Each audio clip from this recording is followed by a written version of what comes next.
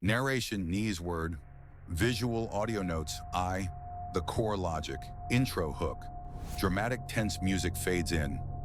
My name is Elias. I build the engine of the modern world. I work for OmniTech, optimizing their engagement algorithm.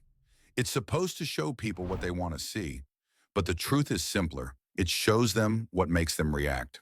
And nothing drives engagement like fear, anger, and outrage.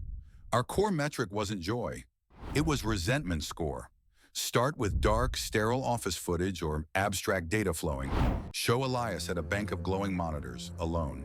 Use a deep, focused voiceover. Shut to the anomaly. For 3 years, the system was a perfect, cold machine, until last Tuesday.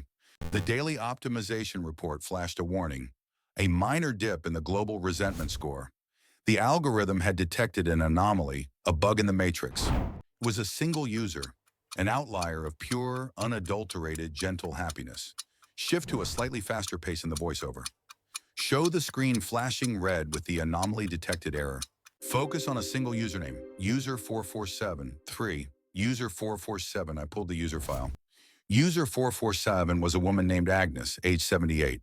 Her content? Simple videos from her small garden. A tiny, perfect tomato, a hummingbird at the feeder, gentle tutorials on knitting.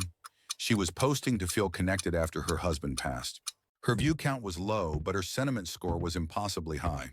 She generated zero negative emotion. Music softens slightly, then becomes melancholic. Show contrast. Agnes's beautiful, colorful garden videos next to the cold, blue screens of OmniTech. I-Foi. The automated order. The algorithm, seeing Agnes as a threat to global engagement targets, initiated a standard protocol. Suppress user 447, target, zero reach. The order was automatic, irreversible, scheduled for midnight. It would effectively delete Agnes from the digital world, silencing the only source of joy that was distracting the machine. Tense clock-ticking sound effect. Elias frantically types on his keyboard. Show a timer counting down to midnight on his screen. V, the human connection. I glanced out the window of the OmniTech skyscraper. 3 blocks away, I saw Agnes's small yard. I realized I knew her. She was the lady who always left me a jar of homemade jam on my doorstep. No note required. I had spent years prioritizing abstract numbers, and now those numbers were targeting the only real, uncomplicated kindness I knew. Narration slows down, very personal. Shift the camera perspective to Elias looking out a large window at a lit-up city, focusing on one distant window or house. Agnes's. 6. The decision point. The clock was ticking down to 11:59 p.m. I had a backdoor, a single complex code sequence that could override the suppression order, but using it would leave a digital fingerprint, exposing me to OmniTech's executive team and risking my entire career. I had to choose. Obey the machine that fed me or save the joy of one small garden? Music swells dramatically. Close-up shot of Elias's face, sweating, hovering his finger over the enter key of his keyboard. 5 seconds of pure silence as tension. 7. The resolution, Elias types in the code. The screen flashed red, then green. The suppression order for user 447 was canceled. I logged out, walked away from the screen, and waited for the sunrise.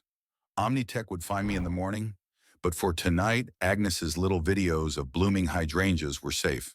Years of relentless work and countless sleepless nights had culminated in the creation of the machine. Yet tonight, I stood at a crossroads, choosing to listen to the whisper of human emotion rather than the unfeeling call of logic.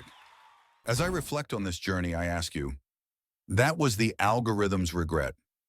How would you rate your resentment score right now? And if you faced an anomaly like Agnes, would you have the courage to protect it? Share your thoughts.